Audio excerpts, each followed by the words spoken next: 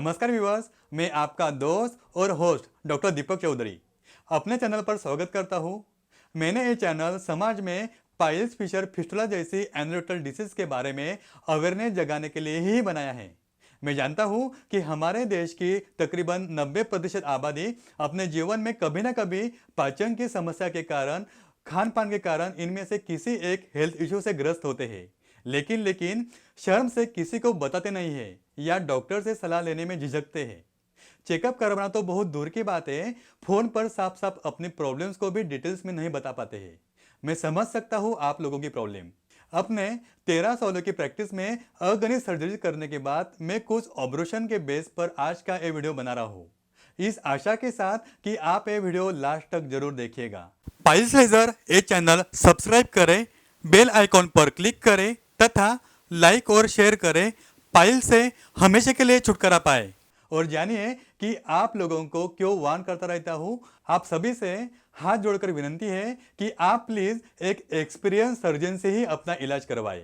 चाहे आपको अपने शहर या गांव से निकलकर भरोसे वाले रिपोर्टेड डॉक्टर से सही समय पर इलाज के लिए ट्रैवल भी क्यों ना करना पड़े, क्योंकि दोस्तों समय किसी का इंतजार नहीं करता। गलत और हड़बड़ी में की गई सर्जरी आपको महंगी पड़ सकती है। कुछ डॉक्टर बवासीर रोगियों को स्टेपल हेमरोइडेक्टोमी की सलाह दे सकते हैं, लेकिन अब मेडिकल साइंस ने बहुत तरक्की कर ली है। बहुत सारे रिसर्च के बाद जो फैक्ट सामने आया वही आपसे शेयर करूंगा आज के इस एपिसोड में। पहले आपको समझना चाहूंगा कि व्हाट इज स्टेपल हेमरोइडेक्टोमी। स्टेपल हेमरोइडेक्टोमी क्या है? इस सर्जरी में यानी स्टेपल हेमरोइडेक्टोमी के दौरान मांस का एक सर्कुलर पीस या गोल टुकड़ा काट दिया जाता है, जिसे जो एनल कुशन है या हेमरोइडल वैस्कुलर कुशन है जो है डोनट रिंग के रूप में जाना जाता है। अब आपको बताता हूं कि क्या होता है function of haemorrhoidal vascular cushion. ये जो हेमरोइडल वैस्कुलर कुशन है इसका कार्य जो है मल या स्टूल को सील करना है जब पेशेंट टॉयलेट के पास नहीं होते हैं और लंबे समय तक होल्ड करना पड़ता है। कैसे? वो ऐसे कि एनल स्फिंक्टर और मसल मल को ऊपर खींचती है और सर्कुलर एनल कुशन रक्त से भरता है, मल को फैलाता है और सील करता है। एक तरह से कह सकते हैं कि एनल कुशन एक इनवॉलंटरी मसल यानी कुशन होता है जो एनल स्फिंक्टर मसल और रेक्टम के बीच एनल कैनल में होता है। चलिए मान लीजिए कि आपके पास टाइम, मनी और रिसोर्स की कमी है और आपने ये सर्जरी करवा ली, तो आपको इसके साइड इफेक्ट्स भी जानना बहुत जरूरी है। हर केस में ये सर्जरी रिकमेंडेड नहीं होती है। साइड इफेक्ट्स ऑफ स्टेपल हेमरोइडेक्टोमी यानी स्टेपल हेमरोइडेक्टोमी के दुष्परिणाम आप लोगों की जानकारी के लिए बताना चाहूंगा कि स्टेपल हेमरोइडेक्टोमी आपको आजीवन दुष्परिणाम दे सकती है। पहला, एनल जो है एनल नहर से जुड़ी जो मांसपेशियों की डैमेज के कारण अत्यधिक एनल स्फिंक्टर टाइटनिंग या स्टेनोसिस से असुविधा यानी डिस्कम्फर्ट और दर्द हो सकता है।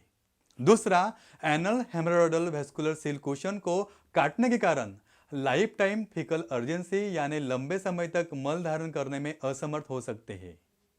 तीसरा, टाइट एनल स्फिंक्टर के कारण हुए जो एनल फिशर्स या स्पाज्म से टियर या क्रैक पैदा हो सकता है।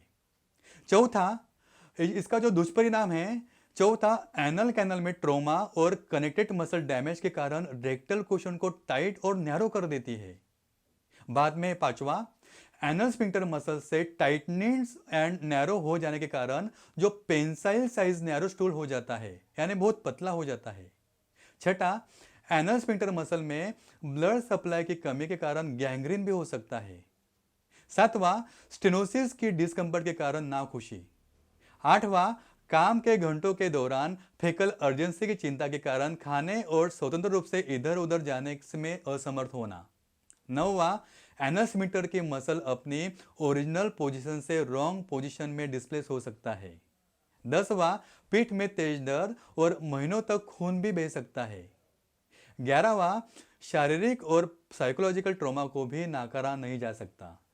ये जो स्टेपल हेमरोइडेक्टोमी है उसके कारण होने वाले स्टेनोसिस, उसके साइड इफेक्ट्स के कारण कई सर्जरी करनी पड़ सकती है कि जैसे पहला है डायलिटेशन यानी एनल स्फिंक्टर मसल की स्ट्रेचनिंग, कभी कभार दूसरा फिशरेक्टोमी, कभी कभी फिशरेक्टोमी भी करनी पड़ती है, यानी क्या कि एनस के किनारे की स्किन को हटाना ताकि नए ऊतक यानी पेशी विकसित हो सके और फिशर को ठीक कर सके।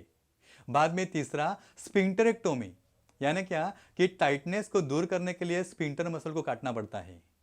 बाद में चौथा है एग्राफेक्टोमी, यानी जो पीपीएच स्टेपल्स को हटाना। बाद में पांचवा है स्ट्रिक्चरोप्लास्टी, यानी एनल स्फिंक्टर मसल को काटना और लंबा करना। बाद में छठा है एनोप्लास्टी, कभी कभार प्लास्टिक सर्जरी से सर्जरी के डैमेज को ठीक करना पड़ता है। बाद में सातवां staple transanal rectal resection, यानी सिकुड़न और जकड़न के कारण जो रेक्टम रहता है, दैट इज रेक्टल कुशन के बाद कुशन को काटना।